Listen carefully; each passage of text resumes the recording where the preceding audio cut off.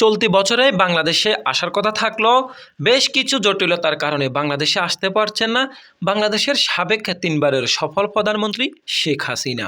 তবে জটিলতাগুলোর মধ্যে অন্যতম হচ্ছে 2024 সালে ছাত্র জনতার দাবি মেনে না নেওয়া, ছাত্র জনতার উপর গুলি নিক্ষেপ করা, আইন প্রয়োগ করা এবং আইনের অপব্যবহার করে ছাত্রদেরকে হত্যা করা। এর পাশাপাশি রয়েছে 2014 সালের একক নির্বাচন, 2018 সালের বিনা প্রতিদ্বন্দ্বিতা নির্বাচন সহকারে দেশের বেশ কিছু জনগণকে হত্যা এবং গুম খুন করার মাধ্যমে ক্ষমতায় টিকে থাকা, অর্থাৎ আন্তর্জাতিক অপরাধ ট্রাইব্যুনালের মামলার কারণেই বাংলাদেশে প্রবেশ করতে পারছেন না বাংলাদেশের সাবেক তিনবারের প্রধানমন্ত্রী শেখ হাসিনা। শেখ হাসিনার নামে যে হত্যা মামলা করা হয়েছে এবং রাজনীতির অপব্যবহারের যে মামলা করা হয়েছে তার সমাধান না হওয়ার কারণেই প্রধানমন্ত্রী শেখ হাসিনা চাইলেও বাংলাদেশে প্রবেশ করতে পারছেন না।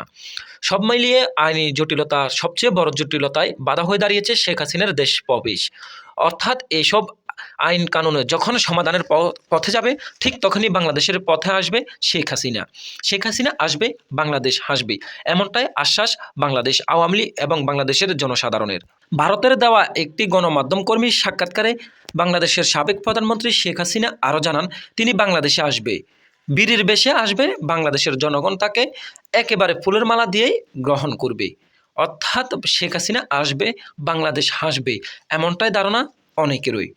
বাংলাদেশের জনগণ শেখ হাসিনার অপেক্ষায় রয়েছে বলে জানিয়েছেন শেখ হাসিনা।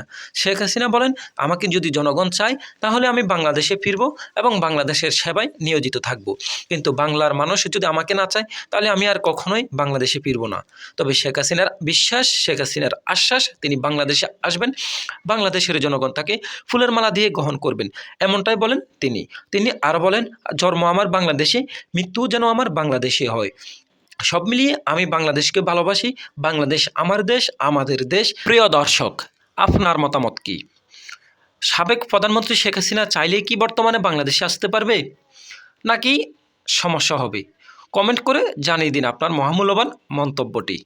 আর আপনি যদি আমাদের এই চ্যানেলে নতুন হয়ে থাকেন অবশ্যই আমাদের এই চ্যানেলটি সাবস্ক্রাইব করে পাশে থাকবেন এবং পরবর্তীতে এমন সকল নিত্য নতুন তথ্য পেতে অবশ্যই আমাদের পাশে থাকবেন।